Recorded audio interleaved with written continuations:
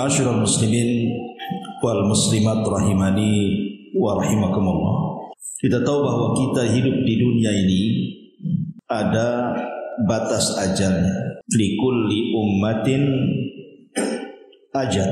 Setiap umat itu ada batas waktunya, kata Allah. Fa idza jaa ajaluhum la yastakhiruna sa'atan wa la yastaqdimun. Kalau sudah sampai ajalnya, kematian itu tidak mungkin bisa dimajukan, tidak mungkin pula bisa dimundurkan. Artinya pas waktunya. Tetapi yang namanya kematian itu sebuah rahasia yang Allah rahasiakan. Tidak ada satupun manusia yang tahu kapan kematian kecuali para nabi. Karena para nabi itu diberikan pilihan oleh Allah Subhanahu wa taala untuk hidup terus ataukah mereka diwafatkan.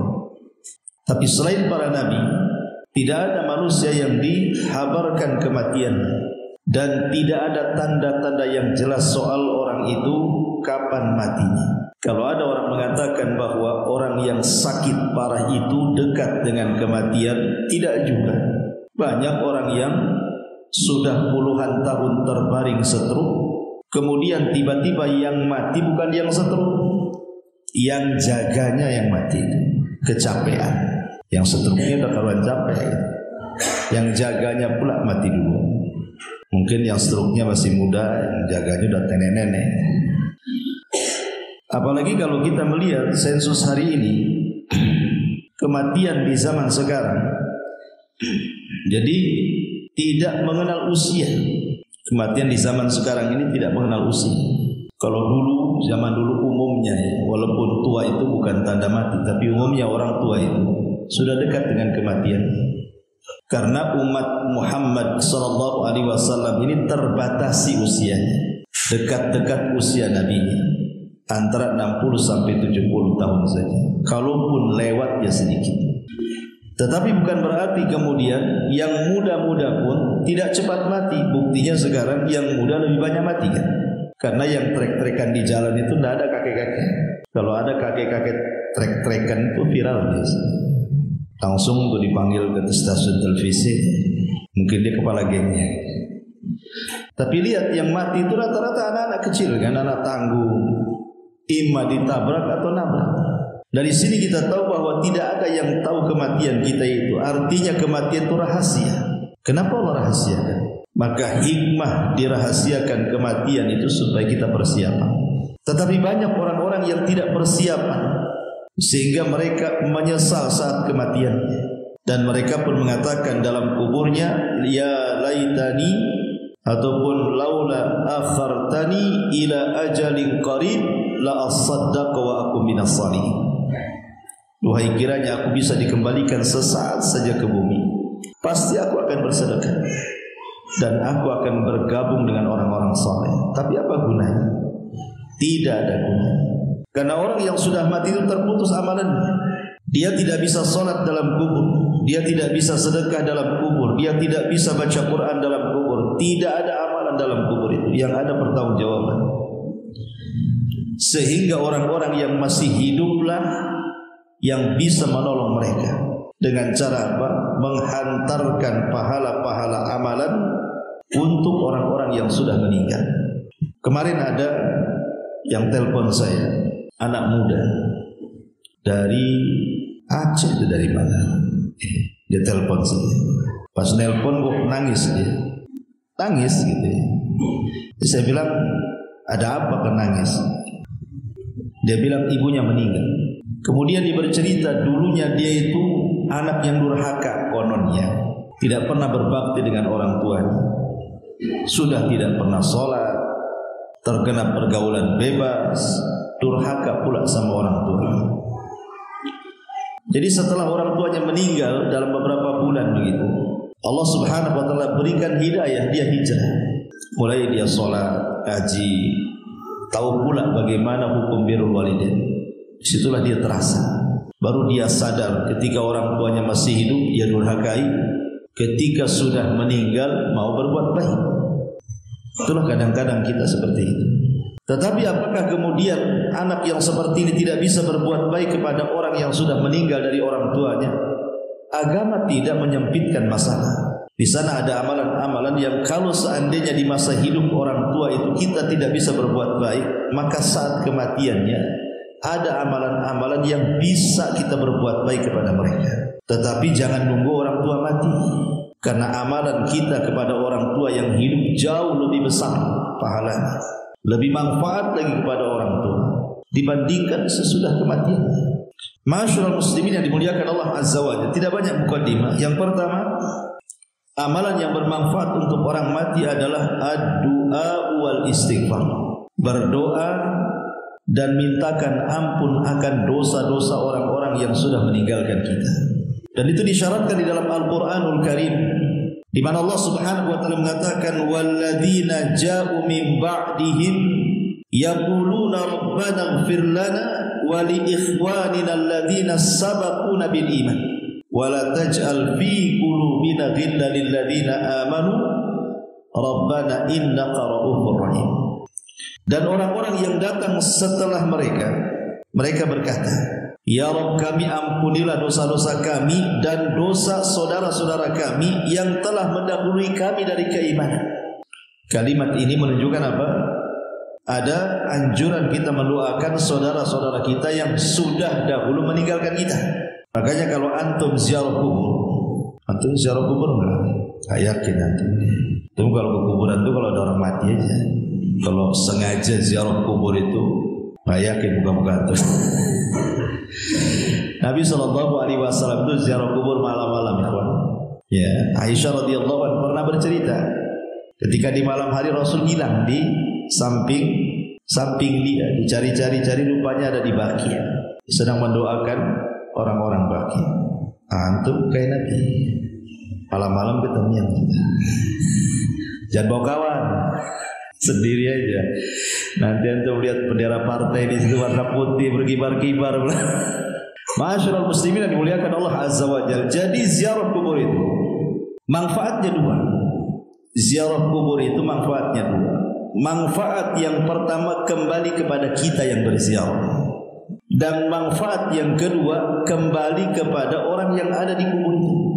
Ingat, dari ziarah kubur itu dua manfaat. Manfaat kembali kepada kita yang berziarah dan juga manfaat kepada orang yang ada di kubur. Adapun manfaat untuk kita, sebagaimana Nabi SAW mengatakan, kuntu nahaitukum an ziyaratil kubur fazuruha fa innaha tudzakirukumul akhirah. Dulu kata Rasul, kularang kalian ziarah kubur, tapi sekarang ziarahlah kalian. Dengan itu kalian akan diingatkan dengan akhirat. Dari sini kita tahu faedah ziarah kubur apa?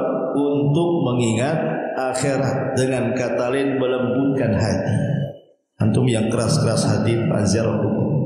Kemudian yang kedua, manfaat untuk orang mati.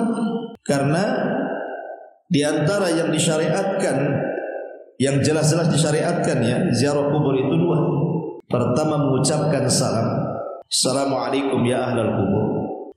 Kemudian yang kedua, doa.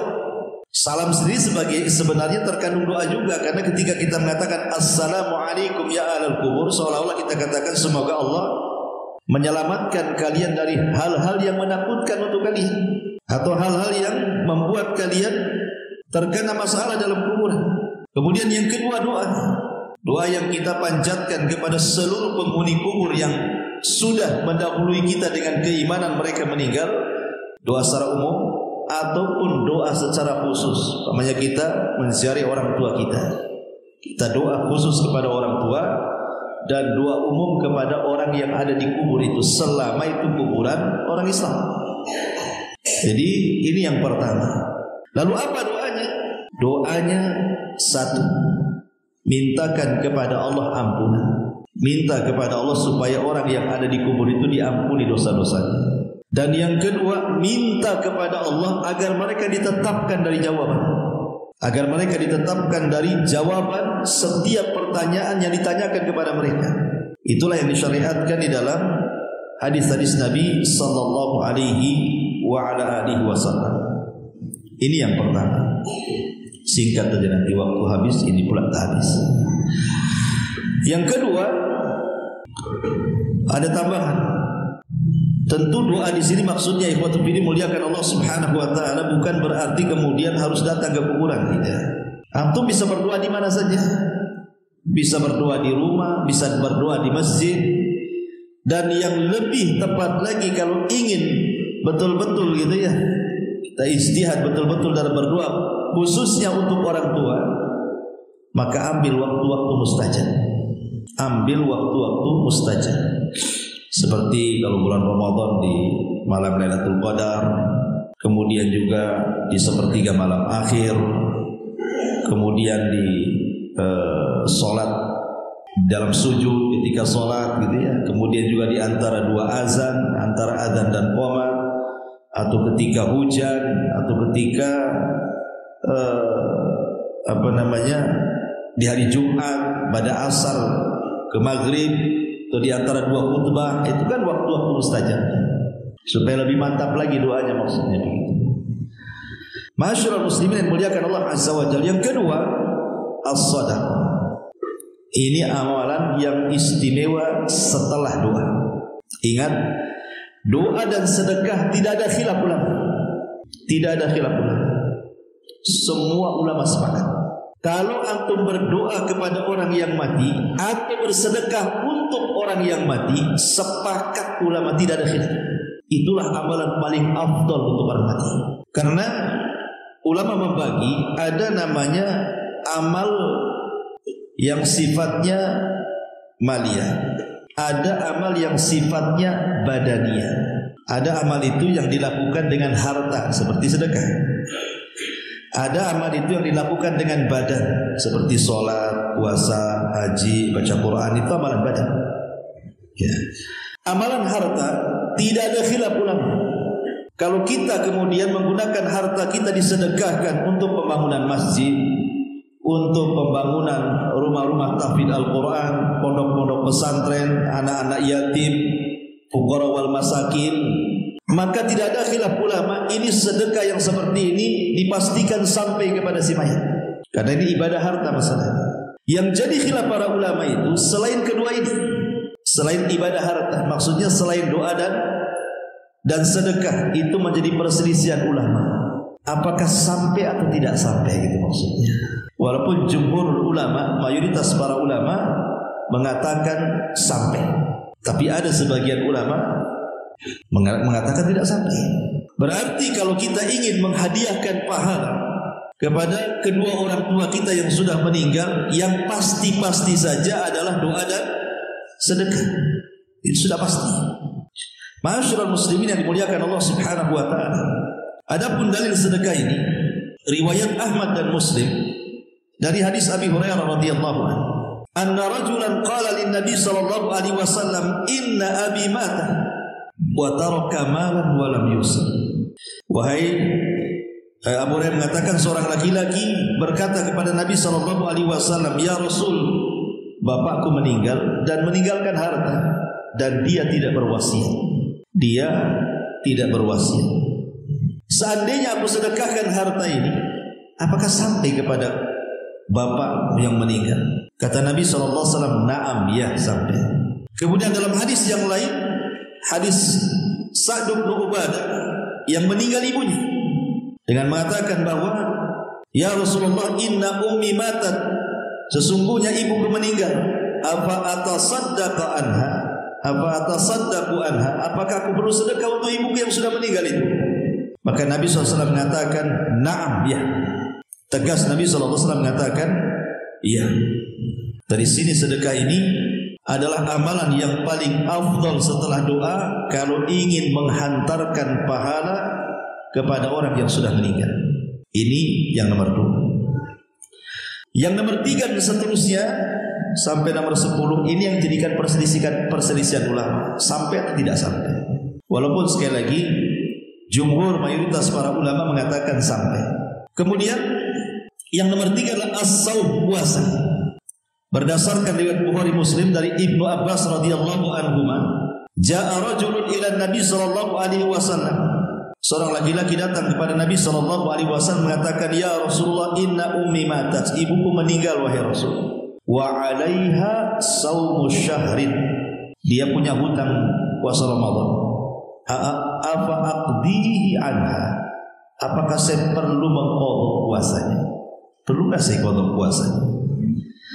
Maksudnya apakah sampai kalau saya qadha puasa ibuku tuh yang meninggal? Maka kata Nabi SAW, "Lau kana ala ummuka dainun akunta qadhihi anha." Sekarang saya tanya, kata Rasul, seandainya orang tua punya utang di dunia ini, apakah akan bayar utang itu? Dia mengatakan, ya.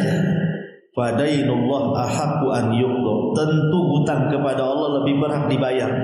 Kalau hutang kepada manusia saja ibumu punya hutang kau bayar, kalau dia punya hutang kepada Allah puasa Ramadan berarti lebih dibayar lagi, gitu maksudnya. Masyaallah muslimin yang dimuliakan Allah Azza wa Jalla. Tetapi ada beberapa keterangan para ulama ketika para ulama membahas tentang hadis Nabi sallallahu alaihi wasallam, di mana Nabi SAW mengatakan, man mata wa alaihi siyam sama anhu waliyu. Barang siapa yang mati dan dia punya hutang puasa, maka wali yang mempuasakannya, ahli waris yang mempuasakannya. Apakah yang dimaksud orang yang mati kemudian berpuasa ini? Maksudnya puasa nazar. Karena ada sebagian ulama mengatakan yang dimaksud puasa nazar, Ramadan tidak masuk. Tetapi ulama yang lain mengatakan tidak, hadis ini umum. Berarti puasa apapun, apakah puasa Ramadan, apakah puasa kafarah, apakah puasa nazar, berarti masuk dalam hadis Nabi sallallahu alaihi wasallam, man mata wa alaihi siyam sama anhu waliyu, kecuali puasa sunnah. Kalau puasa sunnah ya tidak perlu dipotong. Pokoknya ibunya tidak pernah Senin Kemis, antum buatkan Senin Kemis. Nah, berapa tahun kan puasa sunnah? Ini kan puasa wajib maksudnya. Bukan bicara puasa sunnah. Puasa sunnah tidak ada ya. Dan itu yang rajih wallahu a'lam.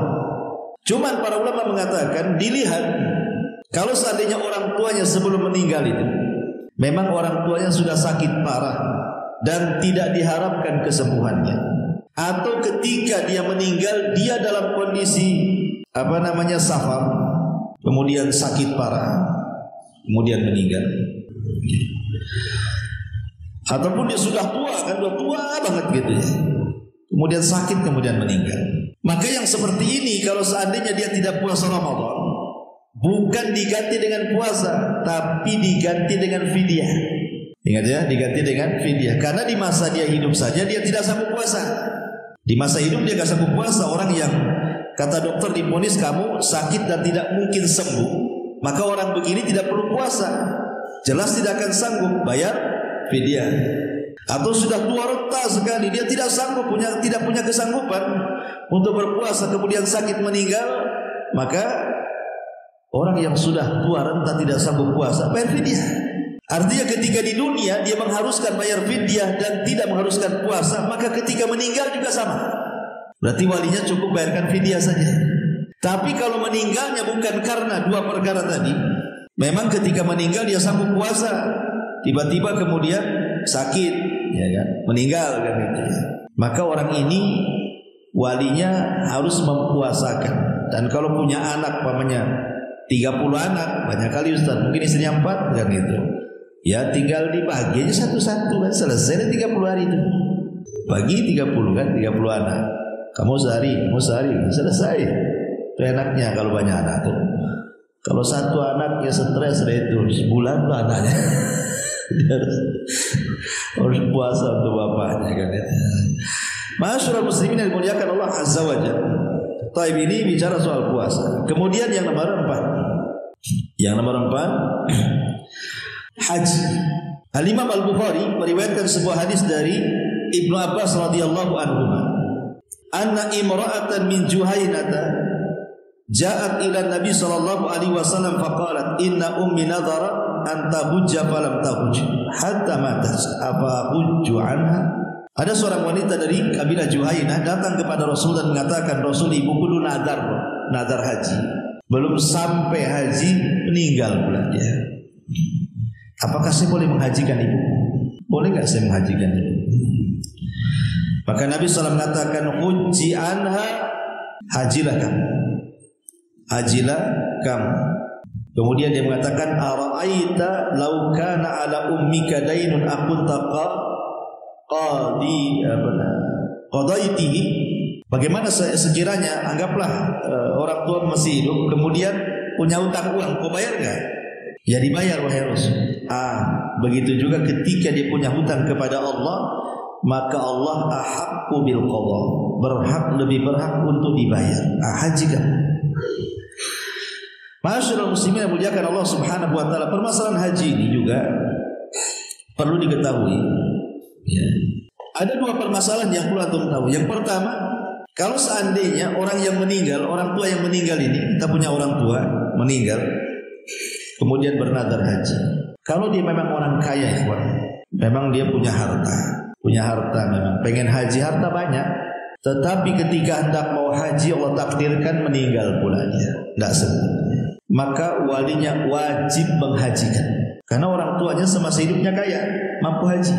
Maka walinya wajib menghajikan. Tapi kalau orang tuanya fakir, orang tuanya memang nggak punya uang, fakir, jangan lagi bicara haji, makan aja sulit. Kemudian bernazar untuk haji, maka anak tidak wajib menghajikan. Kalaupun anak menghajikan, nazar orang tuanya sekedar tabarruk saja, berbuat baik anak kepada orang tua, tapi bukan kewajiban. Untuk paham ya? Jadi kalau seandainya selama orang tuanya kaya, banyak duit, meninggal, nazar haji, wajib anaknya menghajikan. Itu pun syaratnya dia harus haji dulu, baru kemudian menghajikan orang tuanya. Tapi kalau orang tuanya fakir, maka tidak wajib menghajikan. Tapi kalau mau menghajikan hanya sekedar tabarruk, berbuat baik layaknya, ya gimana lah anak ingin berbuat baik sama orang tua gitu ya. Tapi tidak wajib. Ma'asyiral muslimin yang dimuliakan Allah Azza wa Jalla, ini ibadah haji. Berarti sudah berapa itu? Udah 5. Sekarang 6. Ya. 5 sekarang. Ya. Antum nyatatnya gimana? 10. Ya. Baik, kemudian yang nomor 5 sekarang, qadha'u nadri. Orang tua bernazar tapi bukan haji, nazar yang lain. Kan nazar itu macam-macam. Ya, nazar itu kan macam-macam. Mungkin orang tuanya mengatakan kalau anaknya sembuh yang si bungsu, maka saya akan bersedekah. Pamai begitu kan? Betul-betul anak si bungsunya sembuh dari penyakit, dia pula yang mati. Itu kan nazar juga gitu kan. Nazar macam-macam. Entah nazarnya bersedekah atau nazarnya ibadah tertentu, ya kan. Maka permasalahan nazar ini juga ada 2 macam. Kalau dia ketika masih hidup nazarnya adalah berkaitan dengan harta, yang dinazari itu adalah harta. Seperti tadi ingin bersedekah ke pesantren, ke masjid, itu kan nazarnya, ya kan. Maka ulama mengatakan anak harus mengikuti nazar orang tuanya. Anak harus mengikuti nazar orang tuanya. Jadi dilaksanakan nazarnya, tetapi diambil dari harta waris orang tuanya. Ingat ya, diambil dari warasah, diambil dari harta orang tuanya. Kalau dia ingkana taraka malan, kalau dia meninggalkan harta, karena ini bagian daripada hutang masalahnya kan. Maka anak ambil sebelum dibagi warisnya, maka harta warisan dipotong dulu, dibayarkan nazar orang tuanya. Ini masuk ke dalam hutang. Sisanya baru dibagi-bagi ahli waris. Ma'asyiral muslimin yang dimuliakan Allah Subhanahu wa taala. Bagaimana kalau tidak mau warisan? Orang tuanya tak mau warisan, tapi dia bernazar seperti itu. Maka ini pun tidak ada kewajiban anak untuk melaksanakan nazarnya. Tetapi kalau melaksanakan nazarnya sama seperti kasusnya haji, hanya tabarruk saja, berbuat baik anak kepada orang tua saja. Ma'asyiral muslimin yang dimuliakan Allah Subhanahu wa taala. Kemudian yang kedua, kalau nazarnya adalah bukan berupa harta, tetapi dalam bentuk ibadah mahdhah. Ibadah mahdhah itu seperti puasa, haji, itu namanya ibadah mahdhah, ya. Ma'asyiral muslimin yang dimuliakan Allah Subhanahu wa taala, maka ulama mengatakan amma idza kana hadzal nadhru ibadatan an saumin aw hajjin aw ibadati mahdhatin fa innahu yutlabu min walihi an yaqdiya anhu atau an yuqda anhu. Kalau memang sifatnya ibadahnya bukan ibadah harta, tapi ibadah badan, maka ulama mengatakan maka walinya harus melaksanakan nazar orang tua. Ya. Makanya Imam Bukhari membuat bab namanya man mata wa alaihi nadhr, barang siapa yang meninggal dan dia punya nazar. Masyaallah muslimin yang muliakan Allah Subhanahu wa taala. Ya tentu ini kembali ke kemampuan, pamannya nazar haji, anaknya miskin semua. Cuma mau haji, naik sepeda, lihat Singapura kayak itu yang viral tuh, ya sanggup kan tuh. Jadi itu pun tidak benar juga haji naik sepeda itu kan kalau ada apa-apa di jalan, ya kan? Nah, haji itu kan sesuai kemampuan ya. Fattaqullaha mastata'tum, bertakwa semampu kalian. Ya, alhamdulillah selamat ya kan. Kalau nggak selamat di jalan, gimana kan itu? Pergi sepeda beda lain kan mobil. Ya, mobil tuh hujan tak kehujanan, panas kepanasan. Sepeda ini sepeda-sepedanya kehujanan, kepanasan kan itu, debu macam-macam. Ya kita hargailah orang-orang yang besar, tapi nggak perlu ada tiru dah. Jangan ke Mekah, antum ke Jabal Uhud aja ngos-ngosannya sepeda. Ketiban dari sini ngos-ngosan. Kemudian yang keenam, kurban. Kurban sering saya jelaskan. Kurban ini juga menjadi khilaf ulama sebenarnya, karena hukum kurban sendiri sudah muakkadah. Ada yang mengatakan bahwa boleh orang berkurban itu diniatkan untuk orang yang meninggal dan akan sampai pahalanya. Ini mazhab Hanafi dan mazhab Hambali. Kemudian yang kedua, tidak sah korban diniatkan kepada orang mati kecuali kalau berwasiat. Kalau berwasiat ya. Tapi kalau tidak berwasiat atau beli kambing main gorong kemudian kita hadiahkan orang tuanya kepada orang mati, tidak akan sampai. Kata pendapat yang kedua. Karena dikatakan Imam Nawawi sendiri, mazhab Syafi'i mengatakan dalam kitab Al-Minhaj itu, wala tadhiyata anil ghair bi ghairi idni, dan tidak dianggap kurban untuk orang lain tanpa izinnya. Lah dia kan tidak berwasiat, sementara dia sudah meninggal. Macam mana caranya izin sama orang yang sudah meninggal? Datang ke kuburannya, Bu, izin ya, saya mau korban untuk ibu. Kata ibunya, ya, kata, gimana? Gak mungkin juga kan itu. Sehingga sebagian ulama pendapat yang kedua, kecuali kalau memang dia berwasiat. Kalau nggak berwasiat, tak perlu, nggak sampai. Kemudian pendapat yang ketiga, makruh hukumnya. Dan ini mazhab Malikiyah. Mazhab Malikiyah mengatakan makruh. Tetapi Allahu a'lam bahwa berkurban itu kita ambil pendapat Imam Ibnu Utsaimin dan yang lainnya sampai pahalanya, tapi dengan cara disyarikatkan. Jadi kurban ini niatkan ini untuk kurban saya, kurban keluarga saya plus orang tua saya yang sudah meninggal. Nah, itulah baru sampai. Maksudnya biar keluar daripada khilaf ulama. Tapi kita tidak mengingkari ada ulama yang membolehkan mengkhususkan kurban untuk orang mati. Ini masalah fikih kan ini. Wallahu a'lam. Kemudian yang nomor 8. Nomor 7. Biar cepat. Kemudian nomor 7, hutang uang maksudnya. Masyaallah muslimin yang dimuliakan Allah Azza wa Jalla, Abu Hurairah radhiyallahu anhu meriwayatkan sebuah hadis, nafsul mu'min mu'allaqatun bidainihi hatta yuqda'an. Jiwa seorang mukmin itu tergadaikan dengan hutangnya sampai dilunasi.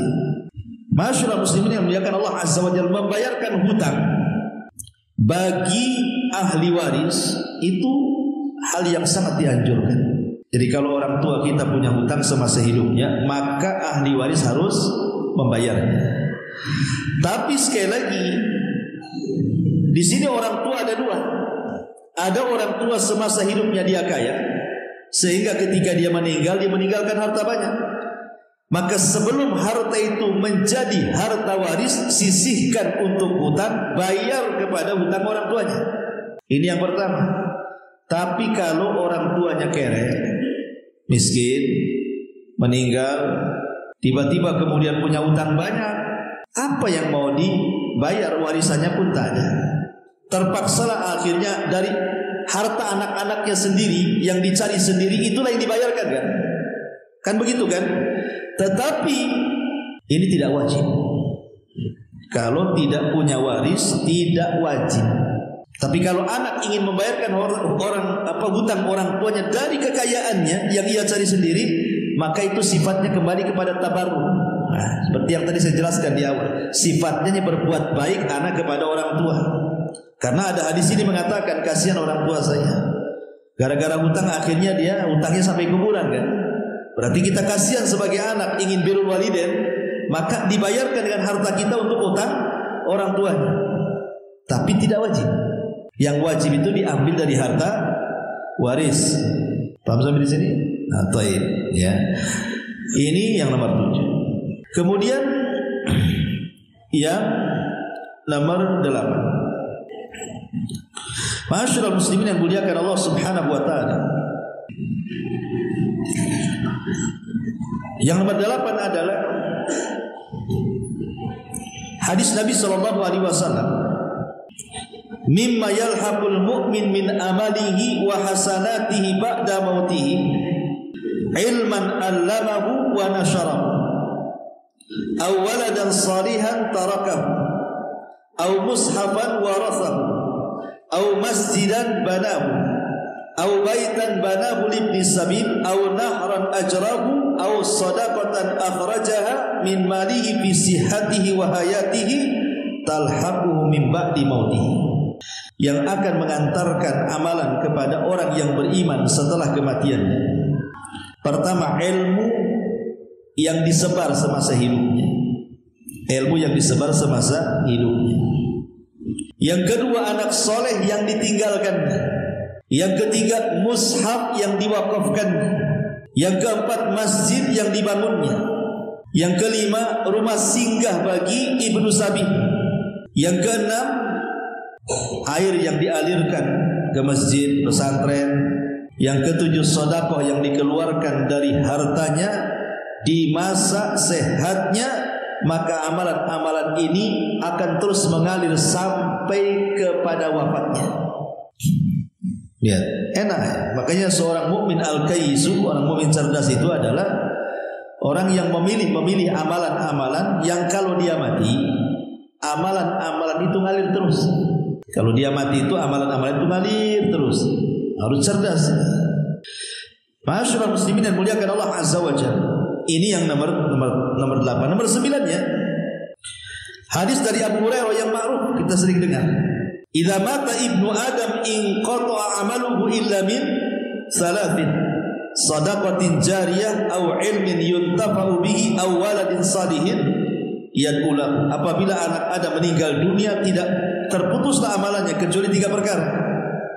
Sedekah yang mengalir, ilmu yang bermanfaat, anak soleh yang mendoakannya. Ya, hadis ini juga mungkin masuk juga pada hadis yang ke-8 kan. Tetapi yang jadi polemik para ulama adalah yang terakhir, yang nomor 10, tentang baca Quran. Sudah sedikit saja masalah baca Quran. Ulama berselisih pendapat tentang menghadiahkan bacaan Al-Quran, entah surah Al-Fatihah, entah Al-Baqarah, entah apa, terserah, yang penting Quran kan itu. Ya. Antum harus membedakan antara baca Quran di kuburan dengan mengirimkan pahala bacaan Quran untuk orang yang dikubur. Kan beda. Kalau antum baca Quran datang ke kuburan, itu beda. Ya, dengan antum baca di rumah, baca di masjid, menghadiahkan pahala Quran ke orang yang dikubur. Adapun baca Quran di kuburan, wallahu a'lam, saya tidak pernah mendapatkan dalilnya. Ya. Tidak mendapatkan dalilnya. Yang jadi khilaf para ulama itu adalah kalau antum baca Quran di masjid, di rumah, kemudian dihadiahkan pahalanya untuk orang mati. Ini yang menjadi khilaf para ulama. Ada yang mengatakan sampai, ada yang mengatakan tidak sampai. Ada yang mengatakan sampai, ada yang mengatakan tidak sampai. Tapi ranahnya tidak sampai bid'ah. Kenapa? Karena ini masalah buruk. Masalah buruk. Ya. Tetapi maksudnya begini ikhwan, yang dibolehkan para ulama itu adalah tawassul dengan amal soleh. Tawassul dengan amal soleh begini, umpamanya saya baca surah Al-Fatihah atau Al-Baqarah atau Al-Imran. Antum baca dulu Qurannya, udah selesai, Kemudian saya katakan, ya Allah, jika dalam membaca tadi aku dapat pahala dari bacaan itu, maka aku kirimlah pahala itu untuk orang tua saya. Berarti yang dikirim itu bukan bacaannya, tapi pahala bacaannya. Itu yang disebut dengan tawasul bi amalin saleh, tawasul dengan amal saleh. Ya, begitu maksudnya. Ya, bukan saya kirimkan surat ini ke yang sudah meninggal, bukan begitu. Tetapi selepas baca Quran kemudian kita katakan seperti itu. Lah ini yang kemudian menjadi khilaf ulama, apakah sampai atau tidak sampai, kan begitu. Ada yang mengatakan sampai, ada yang mengatakan tidak sampai. Tapi kalau tawasul dengan amal soleh seperti itu, maka tidak ada masalah. Karena ahli sunnah wal jamaah ketika membagi masalah tawasul, salah satunya adalah tawasul masyru'. Tawasul yang disyariatkan itulah tawasul menggunakan amal soleh, dan membaca Quran bagian daripada amal soleh. Bisa dipahami kan?